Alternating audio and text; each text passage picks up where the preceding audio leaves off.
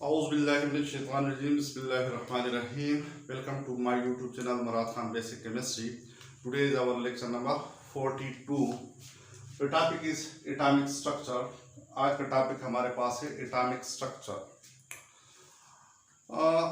Long before an ancient time, a Greek philosopher Democritus.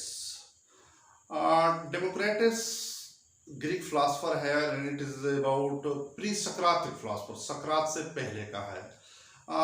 Era है 370 to 460 BC, 370 से 460 BC before Christ ईसा अलैहिस्सलाम से पहले का है। It is about 5th century की बात हो रही है। According to Democritus, all matter that is broken down and to a small tiny microscopic discrete particle which were named as atom, तमाम के तमाम मैटर जो है इसको ब्रोकन डाउन अगर किया जाए तो ये इनका अल्टीमेट रिजल्ट हमें क्या मिलता है, इंतहाई छोटे discrete small tiny microscopic particle मिलते हैं। इन पार्टिकल को इसने एटम का नाम दिया और ये जो एटम है ग्रीक वर्ड्स इससे निकला है जिसका मतलब है एटोमॉस और एटोमॉस का मतलब है इंडिविजिबल। ये जो एटम का लफ्ज है ये एटोमॉस ग्रीक लफ्ज एटोमॉस से निकला है और इसका मतलब क्या है, इंडिविजिबल है। According to him, according to Democritus, the ultimate result of the matter that is broken down into small teeny uniform solid and destructible and compressible indivisible particle, और इन पार्टिकल को इसने किसका नाम दिया, एटम का नाम दिया। और इस एटम के बारे में इसने कहा कि दिस इज इंडिविजिबल, ये मजीद किसी और जरे में डिवाइड नहीं हो सकता।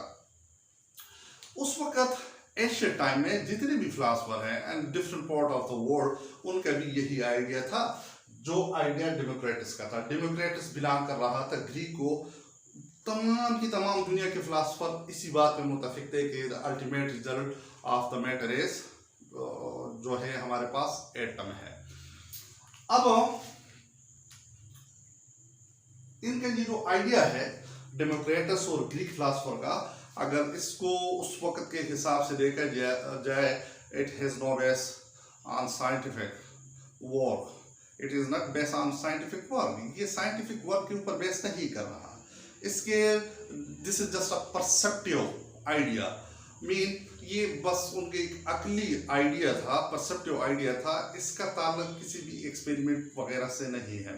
उस वक्त एक्सपेरिमेंट थे ही ऐसे नहीं थे जो आज हम कर रहे हैं। जो आज के एटम के बारे में या उसके स्ट्रक्चर के बारे में पढ़ते हैं तो जितनी भी चीज़ें हमारे पास हैं वो तमाम की तमाम these was based on scientific work के ऊपर बेस करते हैं और हम एक एक चीज़ की उसकी एक्सप्लेनेशन करते हैं। उस वक्त के हिसाब से इनके ये जो आइडिया है कि जी this was compose of matter is compose of atom, तो इसके लिए उनके पास कोई भी साइंटिफिक वर्क उन्होंने नहीं किया था। This was just a perceptive idea है।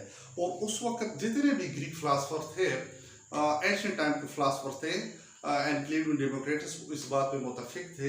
ये जो डेमोक्रेटस की बात है कि all matter are broken down into small tiny microscopic discrete solid particle और these were named as atom. और इस जो एटम लफ्ज है ये ग्रीक वर्ड एटमॉस से निकला है जिसका मतलब है इंडिविजिबल। और उनके मुताबिक कि ये जो स्मॉल टीनी पार्टिकल है, this particle determine the property of the matter और reflect the property of matter.